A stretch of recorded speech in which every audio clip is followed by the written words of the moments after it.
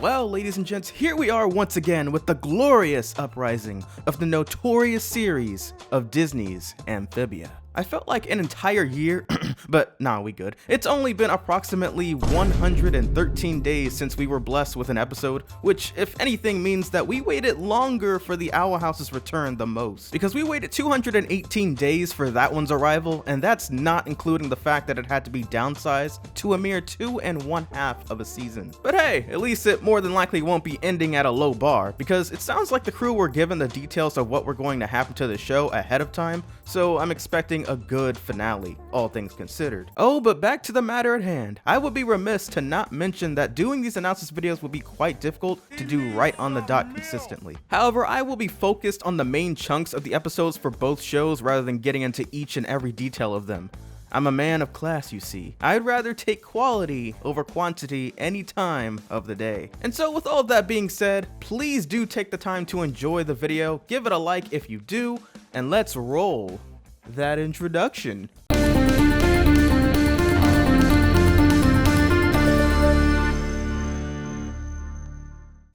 As you may or may not have heard, Amphibia also will be consisting of 18 episodes this season, not 20, so you already know that they're not expected to pull any punches for the rest of the roller coaster ride. The very beginning of this episode alone, aka the mid-season finale, consists of the FBI officially stacking up on all of the evidence of the planters living on Earth. With Mr.X proving himself worthy, soon requesting for a quote-unquote X mobile with fast Wi-Fi, rocket, boosters, a shark fin, and more. Oh yeah, and kombucha on tap, which apparently is fermented, sweetened, green, or black tea, interesting enough to say the least. While this is happening, Anne and the team of characters we've witnessed throughout the beginning of this season while on Earth help to power up the portal for Amphibia. Soon finding out that the music box, also known as the Calamity Box, would use specific keynotes in order to create coordinates for specific dimensions.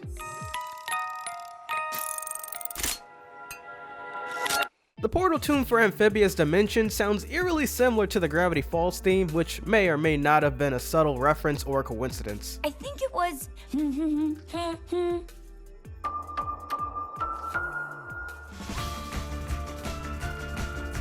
But given how Matt Bradley is mainly known for his participation in helping Alex Hirsch with the show, the first point is more than possible. The power they had inside of the hideout with them still, however, wasn't enough to power up the portal to the point where it was big enough, so their next course of action is to go to Spinco for equipment, which is totally not a spin-off of Costco in any way, shape, or form. They of course get more than what they bargained for, knowing the planters, but just as they're about to leave, the FBI foils their plans again. And given how the planters get taken, Anne does the smart thing in asking for assistance from everyone else instead of barging into a literal FBI base alone. Something that the old her may not have done if she hadn't learned her lesson in trusting in others, especially since she ends up having to tell them the planters' true identities. Their master plan soon gets them inside, but soon only leads most of them into more danger, and I say most of them since Dr. Jan and Terry managed to pull out an entire generator all by themselves, coincidentally unlocking the power locks from the FBI prison cells, freeing Anne and the team, and the upcoming scene with Anne putting the throwdown on the agents is awesome.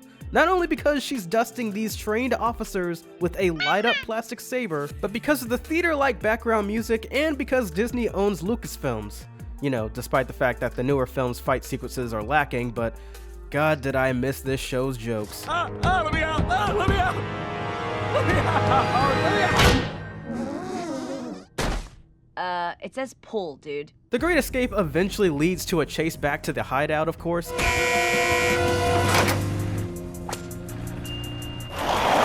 With it soon becoming a fight between them, Jenny, and Mr.X once again. Oh, you have got to be kidding me. Well, I mean, he did ask for kombucha on tap.